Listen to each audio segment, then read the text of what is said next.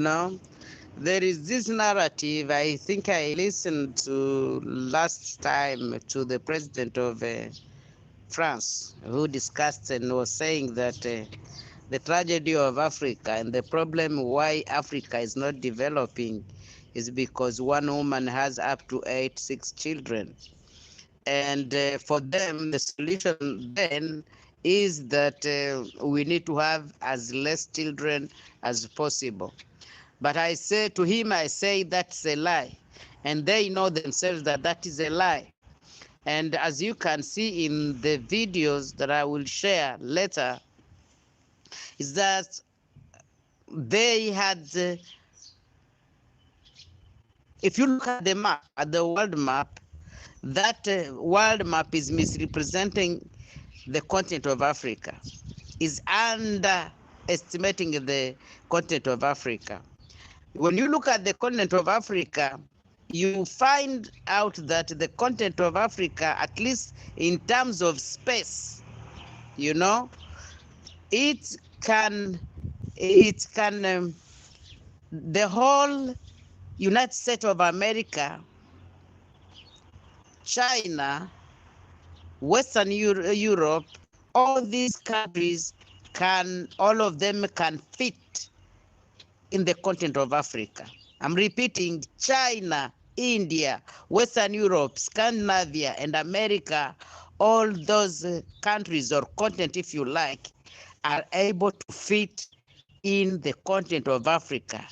That's at first, as far as space is concerned, right? Now, when you talk about the population, then, when you look at the figures concerning population, you realize that there is some numbers here that I want to share with you. You will realize that as far as the population is concerned,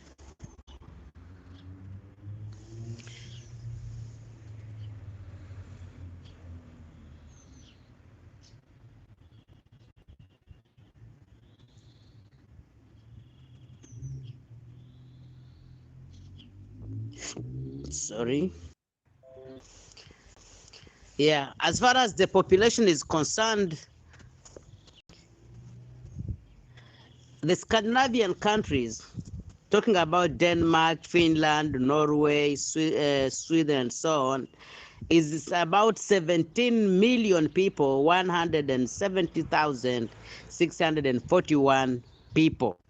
When you go to China, China has a population of 1,443,736, 684 people.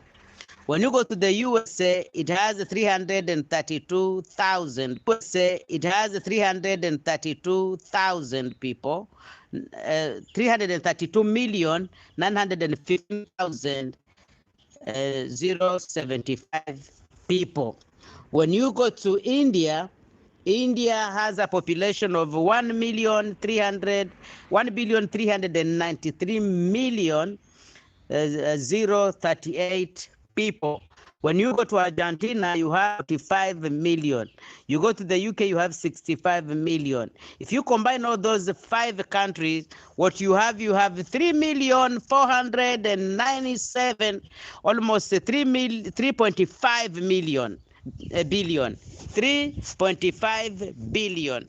Now, when you go to Africa, you realize that Africa has only a population of about 1.3 billion, almost 1.4 billion. And the other one has 3.5 billion, which makes it 2.5 times. You need a population of 2.5 times to be at par, to be almost at the same level with all these other countries, you know. And so when somebody tells us, look, as I'm saying to you, is that China and the USA and Western Europe and India and Argentina and UK and the Scandinavia, all these countries can fit in Africa, which means then that we are underpopulated. We are underpopulated if we do the estimate based on all those other countries, because the space is bigger than the number of human beings living on this continent. And even those who are saying that the world is over and all these other countries can fit in Africa, and yet alone has more population than Africa. India has more population than Africa, and the rest of these other countries combined has more population than Africa. So what are we talking about here? We're talking nonsense. And the people who want Africa to be depopulated has other reasons than economic, because we know for sure that all those countries I'm talking about here, when you look now at the economic superpower in the world, it is China.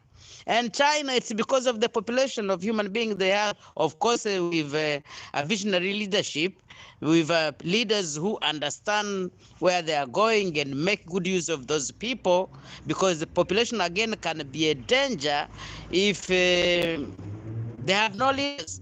Somebody said that a group of ships led by a lion can defeat a group of lions led by a sheep. Which means that only population is not only the solution. Having more people is not only the solution. Those people still need a leadership. They need a visionary leader. They need people who know where they are heading. Because then if you have, again, many people who have got no basic needs, then the enemies will come and use the same people to destabilize their own country, because what they will do, they'll just give them some peanuts, some money, and then they will stop at nothing but doing what those people are showing them, because they are poor, you know. And so India is developing also. It's a country which was also poor, but it's one among the rapidly emerging economies in the world. Why? Because of the population. Europe, of course, they have built their wealth for many years, but you can see even when you look at the numbers, the growth, there is no country in Europe which is growing at a rate of 2 or 3%. All of these countries are 1% and less, while the African countries, the 10 emerging economies, most of them are in Africa, and most of them are above 5% of growth every year, you know. And so for the population don't feel that growth, social lives of people. I don't think that that is the problem. It's only that our people have not put in place some system, some system, yes, which is able to support these people. For example, we saw the president of the immediate president, the late president of Tanzania, John Pombe Magufuli, who may his soul rest in power, who within 5 years, without going anywhere, without asking anything from anyone, was able to put his country on right, commenced some major infrastructure revolution in his own country. And he did this with the money from within the country, you understand?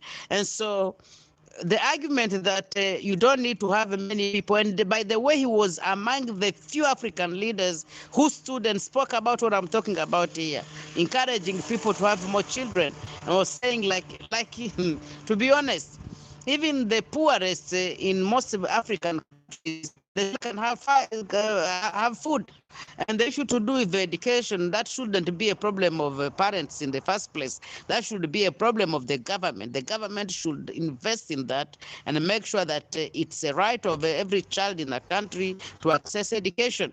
And then the parent, it's their duty to make sure that those children are fed and those children have some clothes on them, you know. But I still understand that we need more proactive leaders, because most of the leaders that we have on the continent are cowards, you know.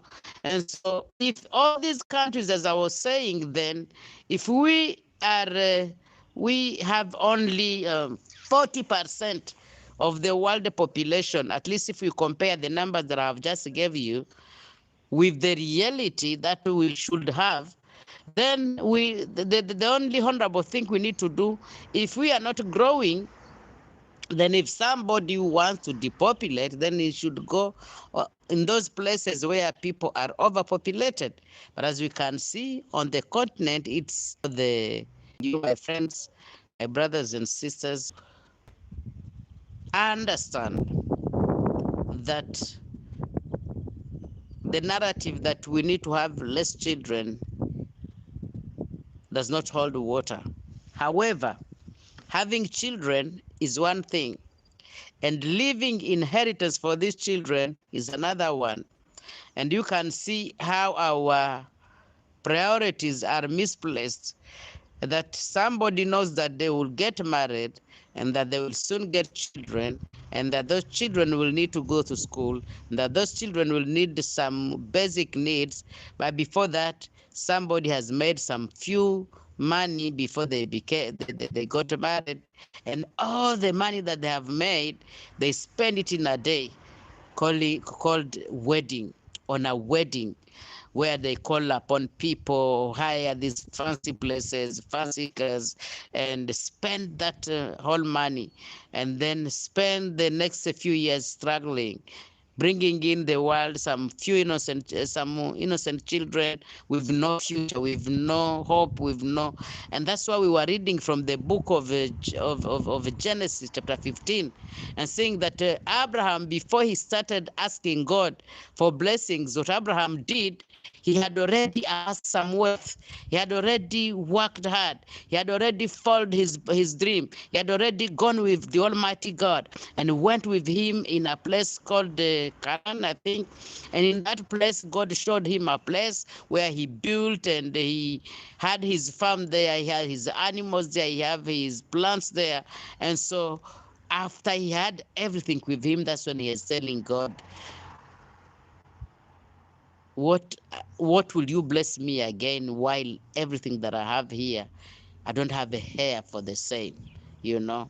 And so I'm not saying that everybody should be first a millionaire before they can get married, but what I'm saying, if you get married and you are not a millionaire, which I know all of us are not, then you need to have back in your mind that the children who are coming did not send you an invitation that they want to come.